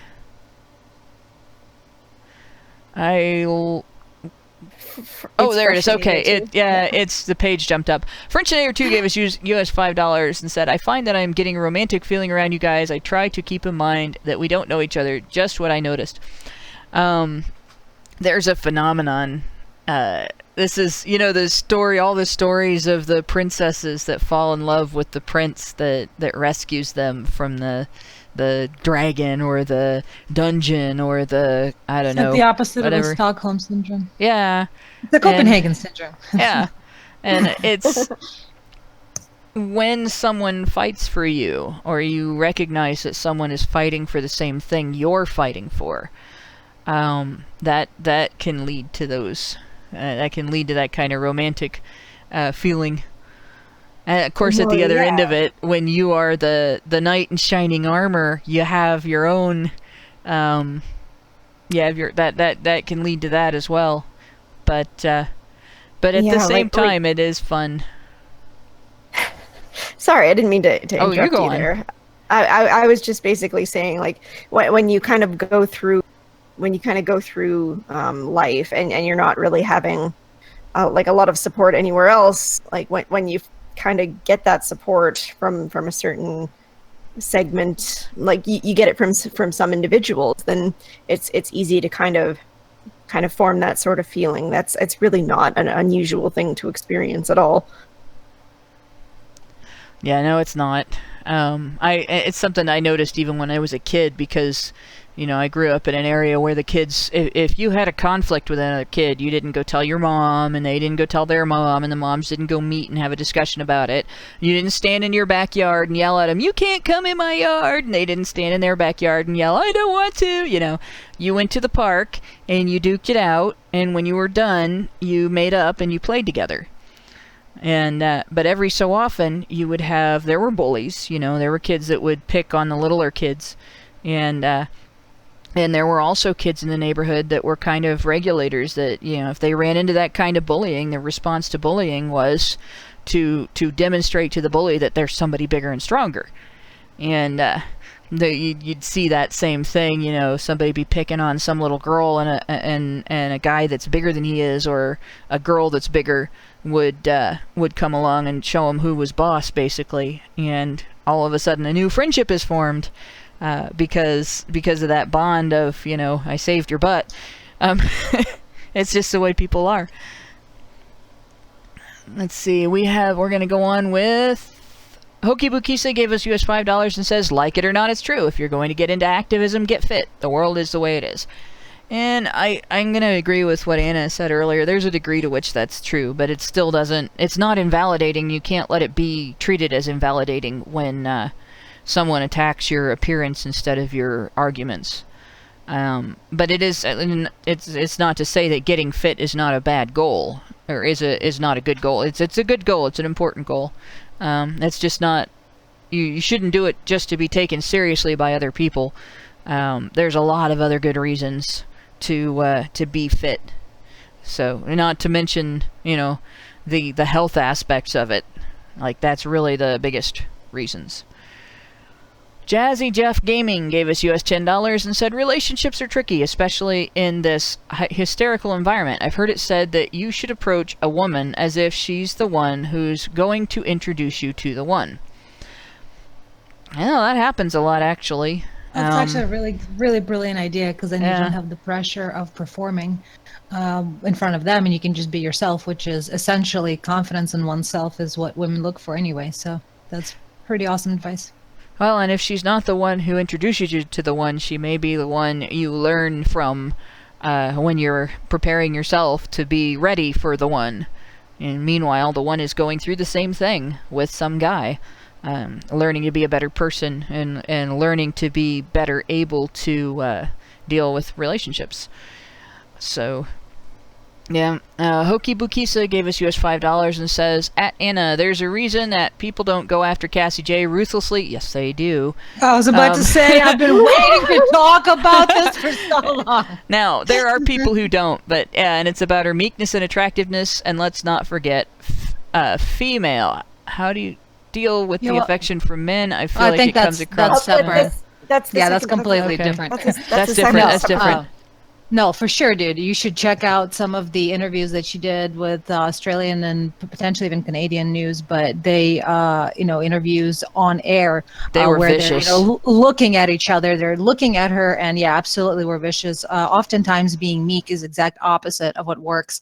Yes, being attractive helps, but being meek doesn't. So the likes of Tommy Lahren and Sarkeesian are the ones that get ahead because, and most feminists are loud as shit and extremely insistent on their point of view being right. So yeah, it may work for Cassie's appeal among people like us, people who understand true value or understand that compassion and meekness is a huge value, humility, etc. We may see it, you may see it, but that's not what the media sees.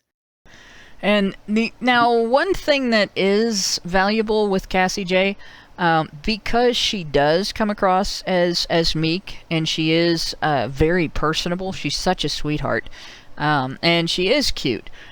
It looks worse for them to be mean to her when they do it than it would for them to be mean to, say, someone like me. I do not look meek. I get mistaken for being a trans woman. I've got, bigger shoulders. I'm darker haired. And I look more aggressive and so on. Somebody's mean to me. It looks like they're being mean to somebody who's asking for it. If somebody's mean to Cassie, it looks like you're kicking a puppy. Definitely a valid point. and that can be used. That can be used by everybody, including Cassie. Now, what Cassie does, I think Cassie has some balls, honestly. She stands up to those folks, and she does it in such a diplomatic way that they don't always even realize they've been told off until later. And then they realize that she has pointed out that their behavior was reprehensible. And it's just, it's fun to watch, honestly. And I do like that. And that is her diplomacy. And it is enhanced by her looks. But I think personality has something to do with it as well. Like, I don't necessarily have that degree of diplomacy now. I did when I was in my 20s, and I was adept at using it too. And I'm a little bit more of a battle axe now, but it's not necessarily bad that we're different either. And that's it's very good that Cassie does things the way she does. And it's also good that there are those of us in the movement that can be loud and obnoxious, and are not afraid to point and say, "There, right there, that's the hole in your logic. Here, everybody, look at the hole in this logic. This logic is bad," and just be obnoxious about it. Because, it really takes all kinds. Yeah, well, what it does is it basically, at both ends, it says, you're not going to get away with this. And it's at one end you have the, you're not going to get away with trying to slip things under the radar. And at the other end, you're not going to get away with being abusive. So. Yeah, just on to the next thing there was kind of a comment that I just wanted to address because it's something that I've seen many people ask, so that's kind of why I posted it separately. Okay. It was basically just the Freshinator 2 asked, how do you deal with the affection from men? I feel like it comes across as creepy coming from me, sorry. And I just wanted to say, you have nothing to apologize for. You and other people who have been in your position have absolutely nothing to apologize for. Like, honestly, like we were talking about before, it is a natural thing that comes up. And it's a normal thing that comes up. Like, honestly, you have nothing to be ashamed about. And I take it for what it is. Like, it's a compliment, honestly. And I mean, like, I appreciate that happens. Like, I know it's...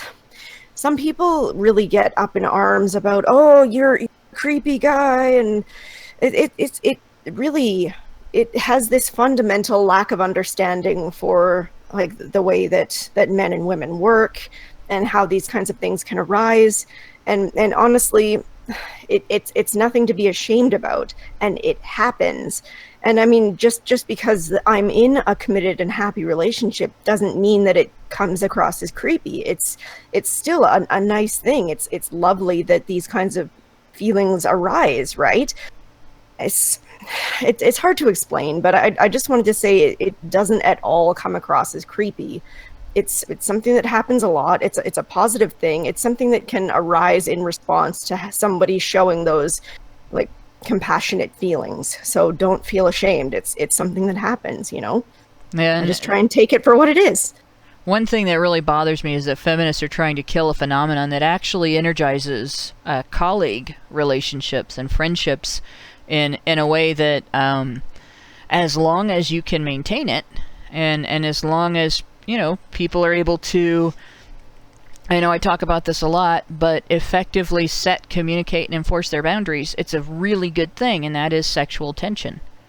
You know, and it's really going to be a rotten world to live in if they get rid of that between, at least acceptance of that between men and women in adult society.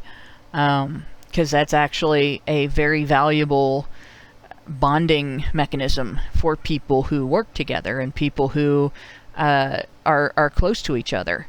As long as you're able to maintain that the tension as a tension and the camaraderie that goes along with it as a sense of camaraderie and maintain a platonic friendship, a platonic relationship, it's actually a really great thing.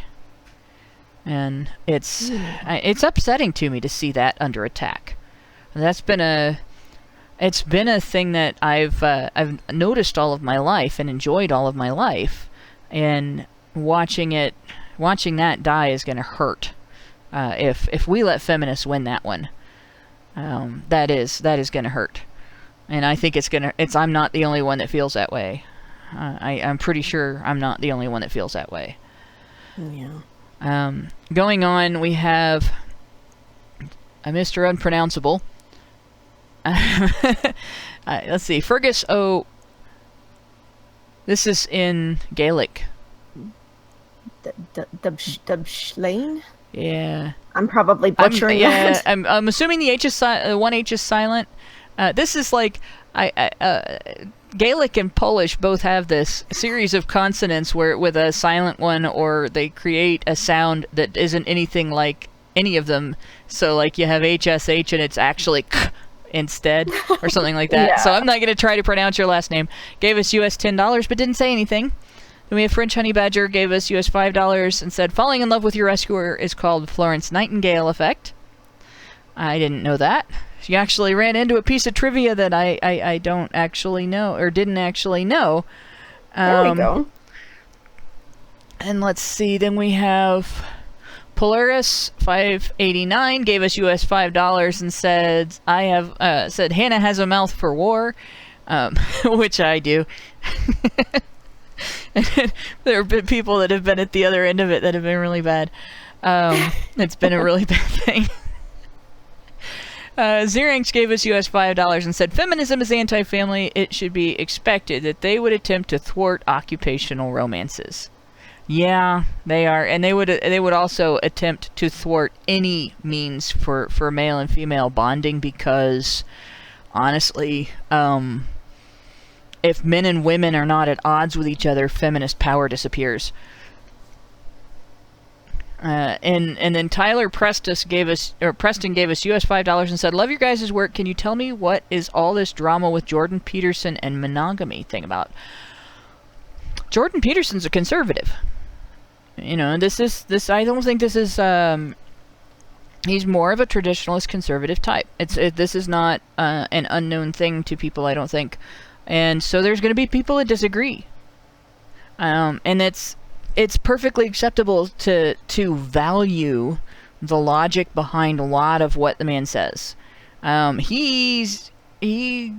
I know people are saying, no, he's a liberal, he's more left than conservative. Everything I've heard come out of his mouth is conservative. I know he calls himself a liberal, but everything that I've heard come out of his mouth is very conservative. So I you know, like you got to have something.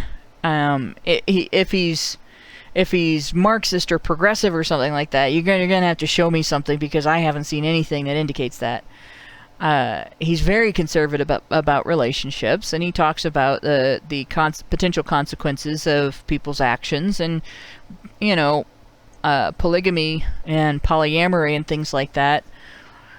The potential consequences of your choices increase with every factor that you introduce into that choice.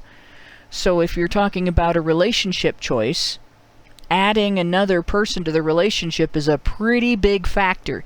All of the factors that have to do with individual relationships will be doubled because you've added another person. And then you have the societal aspect, and you have, you know, the dealing with human nature versus dealing with your own relationship and so on.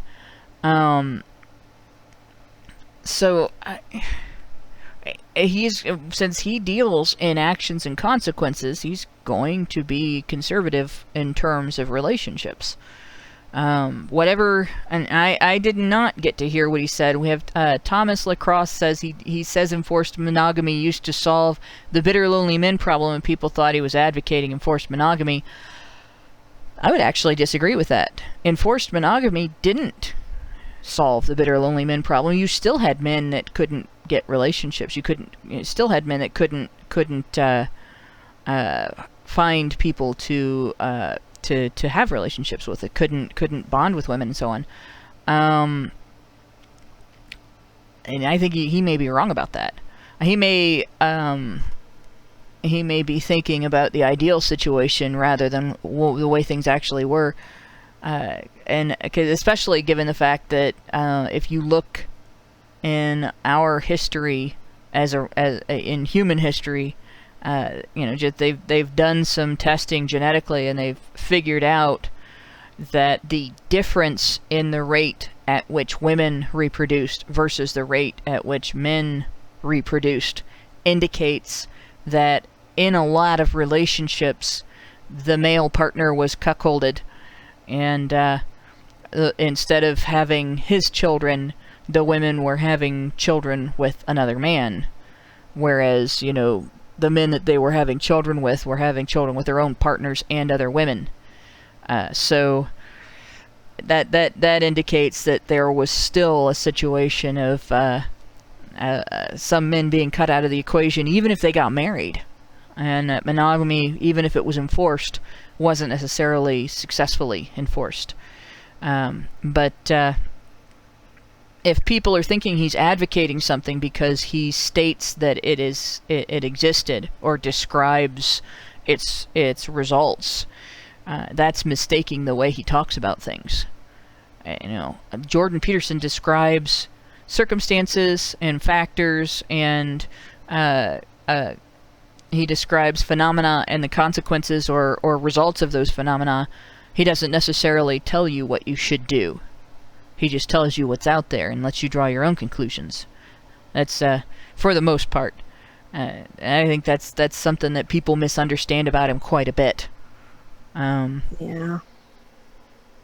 We have... Oh gosh, we still have one more. Let's see. Critterman gave us US $5 and says, it's okay to be hot for teacher as long as teacher isn't hot for you. Well, as long as teacher doesn't cross the line and act on being hot for you. Yes. You know, you can become a school teacher. You can graduate college at, like, what, 22 years old and become a school teacher. And there are people who are 19 years old when they're high school seniors.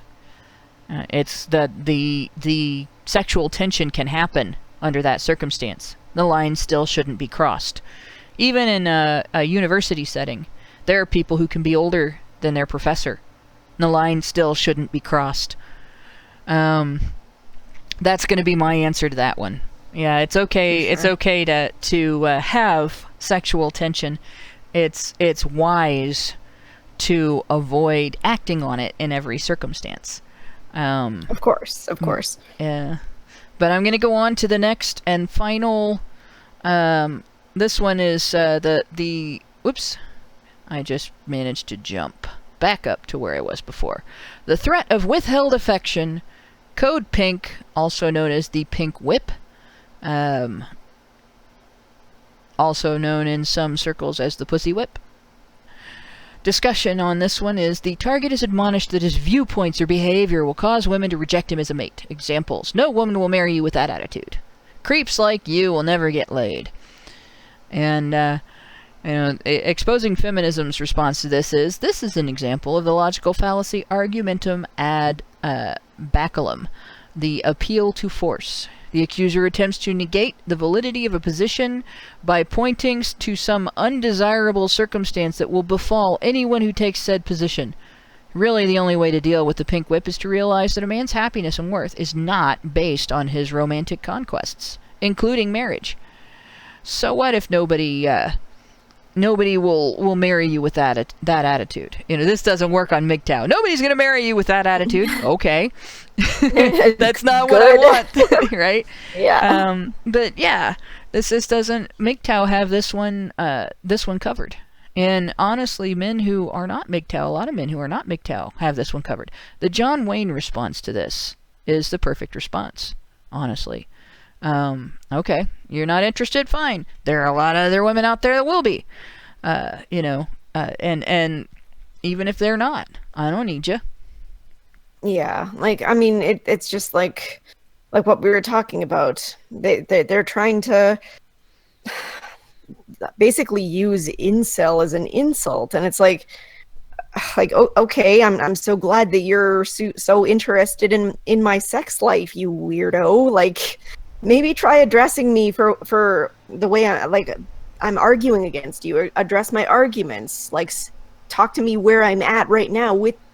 Why do you have to come up with these weird arguments about my personal life? Like, talk about not respecting somebody's personal boundaries. Like, okay, you're really coming at this one with the right attitude, aren't you? Yeah. Well, and if this is their answer, like, if this is their answer to, say, you bring up the fact that one of the factors that is keeping the cycle of domestic violence in families unbroken is the fact that we tolerate domestic violence when a woman commits it. So we say, because women can hit with impunity, and they know that the man cannot defend himself without punishment, women are perpetuating the cycle of domestic violence. Well, no woman's going to marry you with that attitude. Well, okay, that's fine. So no woman's going to marry me with that attitude. Why would I want to get married to a woman who wants to be able to hit me with impunity? No, why would I want to get together with somebody who wants to be violent with no consequences other than my experience of the violence? Duh. So no woman, I wouldn't want to marry any woman with that attitude. You know, creeps like you will never get laid. Okay. So what you're basically saying is, if you can't beat on your boyfriend, you don't want to have sex with him? That's pretty sick, right? Come on. Is that rational? Are you actually arguing that you should have the right to beat on your boyfriend, or he doesn't have the right to your affection? Because I don't buy that argument. I don't accept that argument. I think that is an argument to condone abusiveness, and it doesn't address the problem of the cycle of abuse. You have the same thing.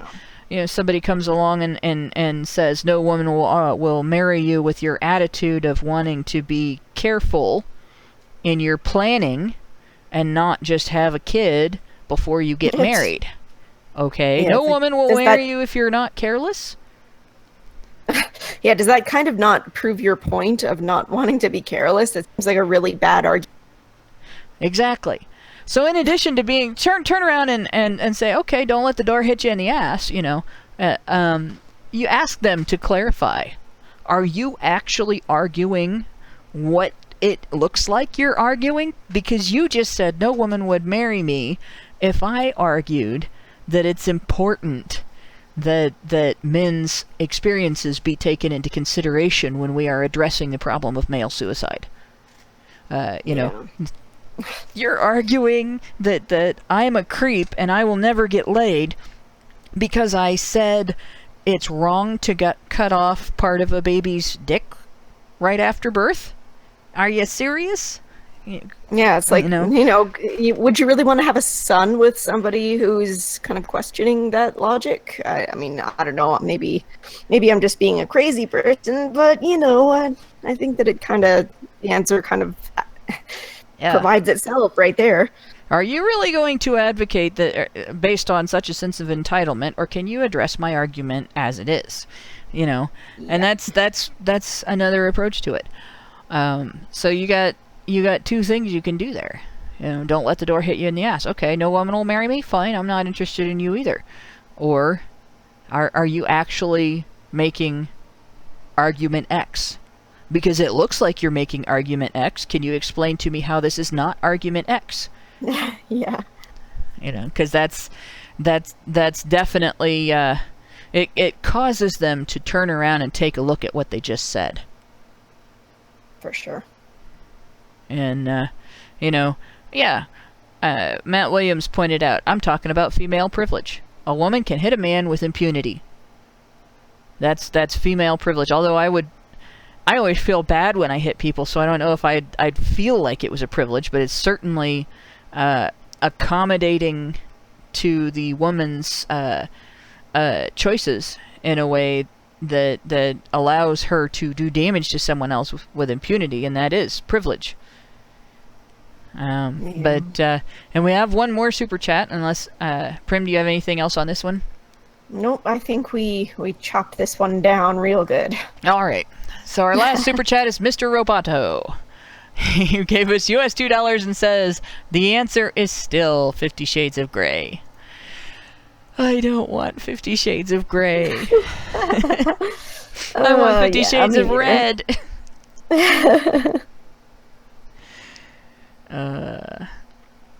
So I guess that will be our show. And in that case, given that there's I don't think there's any more comments to be had on this particular. This one is not really a major point because there's not really a lot that needs to be used to counter it. The first one, the MGTOW way, is the best. Really, it kills it. You can't threaten somebody with withholding affection if they don't care about your affection. It's one of the points I made in the first article I wrote after Gamergate became a public discussion. Journalism is a social justice war game. You can't intimidate people who are low on the social ladder by threatening their place on the social ladder. If they're at the bottom, what are you going to do? Same thing here. You can't threaten people who are eschewing female, not contact necessarily, but engagement with women won't engage with you because they're already not engaging with women. So what are you going to do? What are you going to threaten them with? Okay, I will threaten you with this thing that you are already experiencing. Okay. Thanks. Maybe you can threaten me with that thing like 100 yards in that direction over there. So yeah. Put down that shillelagh. Well, and with that, I am going to bid everybody good night. I thank everybody for listening. I thank my lovely co-host for coming on the show with me and talking about these various tactics. And I thank everybody who is involved in the making of Honey Badger Radio and making everything happen, including the opening video. And I was a pain in the ass this week with the opening video, so special thanks to our animation team, because I gave them extra work to do. And with that, I will say thank you all and good night.